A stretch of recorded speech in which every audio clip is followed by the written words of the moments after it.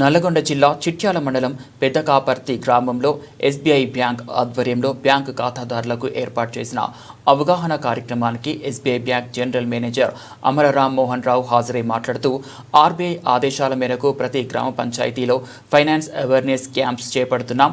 జనసురక్ష స్కీమ్కు సంబంధించి ప్రజలకు అవగాహన కల్పిస్తున్నాం. ఇన్యాక్టివ్గా ఉన్న అకౌంట్లను యాక్టివ్ చేయించుకోవడంపై జనంలో అవేర్నెస్ తీసుకొస్తున్నాం. ఈ క్యాంపులలోనే ఇన్యాక్టివ్గా ఉన్న అకౌంట్లను రెన్యువల్ చేసుకునే సదుపాయం కల్పిస్తున్నాం. డిజిటల్ మోసాలపై అవగాహన కల్పిస్తున్నాం. క్యాంపులకు మంచి స్పందన కనిపిస్తోంది. ప్రజలు స్కీమ్లో చేరేందుకు ఆసక్తి చూపుతున్నారు అని అన్నారు.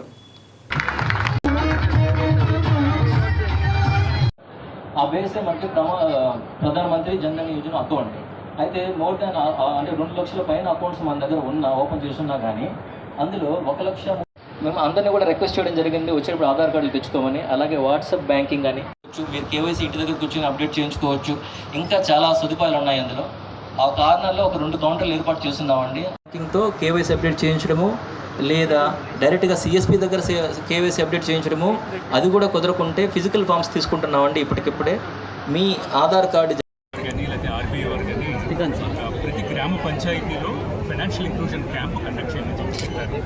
సో దీంట్లో ఏంటంటే జనంలో ఒక రకమైన అవేర్నెస్ క్రియేట్ చేయడము, జనసురక్ష స్కీమ్స్కి సంబంధించి, తర్వాత ఇన్యాక్టివ్ అకౌంట్స్ వాళ్ళకి రెన్యువల్ కల్పించిన అవకాశం కల్పిస్తున్నాము. దీంట్లో మా సిఎస్పీస్ని తీసుకొస్తున్నాము. తర్వాత క్యాంప్స్లోనే వాళ్ళు రెన్యువల్ చేసుకునే ఫెసిలిటీ కల్పిస్తున్నాము.